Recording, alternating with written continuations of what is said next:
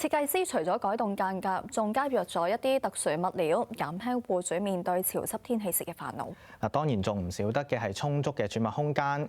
今次仲改變咗傳統鞋櫃嘅模式，方便攞嘢同擺嘢，仲大大增加咗容量。太多家私會影響活動空間，太少又減少咗家居嘅功能。為細單位擺好家私，又要避免觀感上過度擁擠。設計師 Ari 將實用嘅功能融入喺間隔設計入面，擴大空間感，削減過多嘅線條，避免空間切割影響觀感。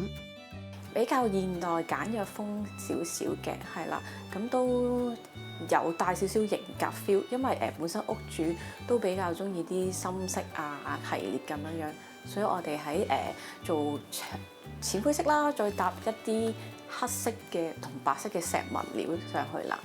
廳位置啦，我哋就做咗啲型格少少嘅風格。咁主要顏色上面，我哋用咗啲淺灰啦，再加啲黑色啦，同埋木色嘅元素落去啦。由於戶主夫婦有飼養寵物，所以梳化同家具都選用防刮花材質。客廳設有多個大櫃，唔使傳統手柄，令空間變得更加簡潔利落。其中一道隱藏式櫃門入面，仲有一張活動式餐台，戶主有需要工作同食飯嘅時候都可以拉出嚟，用完之後收起，騰出空間。同時不乏展示式嘅儲物空間，俾戶主放上一啲獨特嘅飾品或者珍藏紅酒，配合層架上面嘅弧形圓頂同紋理，為生活氛圍添加品味同美感。玄關處亦設置咗凳，方便戶主出門之前或者返屋企之後使用。大門另一邊嘅櫃亦有一啲小機關。Aria，我睇到呢一道門咧鬆鬆地喎，又拉唔到，其實佢係咩嚟㗎？哦，其實佢唔係一個正常嘅門，佢就係成組櫃可以拉出嚟嘅活動式嘅鞋櫃啦。咁呢一種推拉式嘅好處咧，就係因為呢個櫃比較深少少啦，咁所以如果當屋主好多鞋嘅時候，入邊啲嘢都比較容易啲攞，尤其是因為屋主好多鞋，咁所以我哋特登就做咗呢一個設計啦。視覺上更加整潔，同時化解玄關位比較窄，拉出嚟就更加方便。浴室門口採用趟接門設計，節省開門佔用嘅面積，騰出空間，加大洗手台，仲能夠配合戶主需要，加入更多實用設計。洗手間入邊有2個多功能裝置，好似呢一塊鏡咁樣，可以調節成唔同嘅色溫。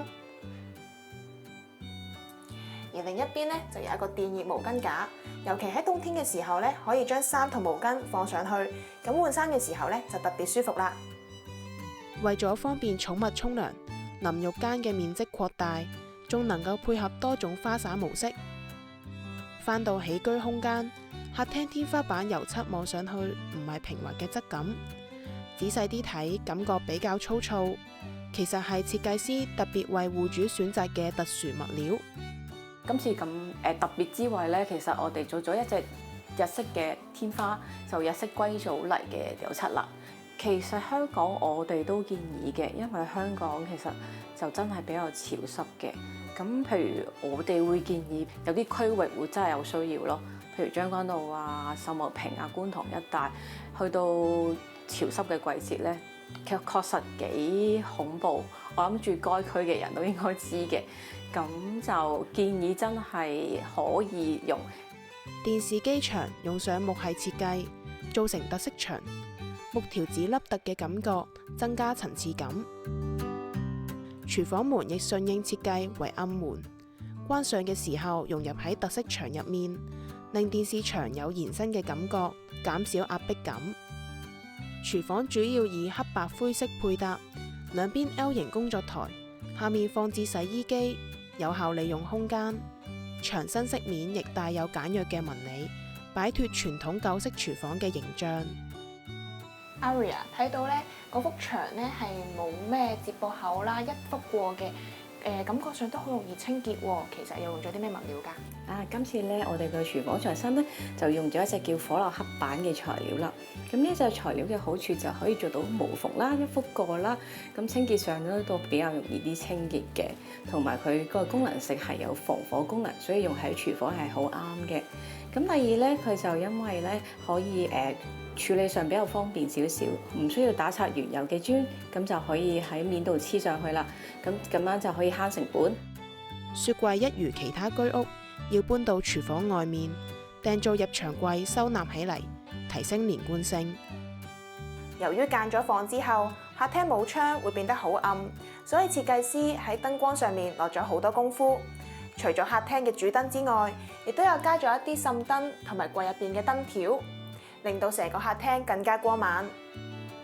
剩低靠牆嘅一邊就係睡房區域，分隔嘅趟門亦需要透光，間中拉上就可以維持睡房嘅私隱度。我哋今次咧就用咗呢一隻長虹磨砂嘅玻璃啦。咁個好處咧，我哋就有個私隱啦，同埋有光線可以入到廳嘅位置啦。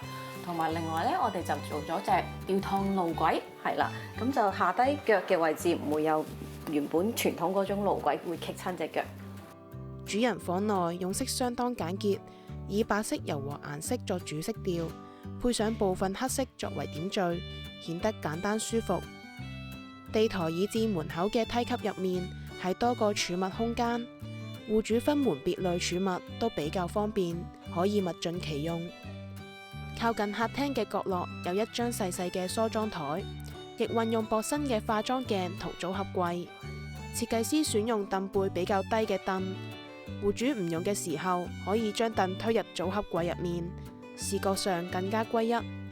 凳下面仲有額外嘅儲物地方，正合戶主心意。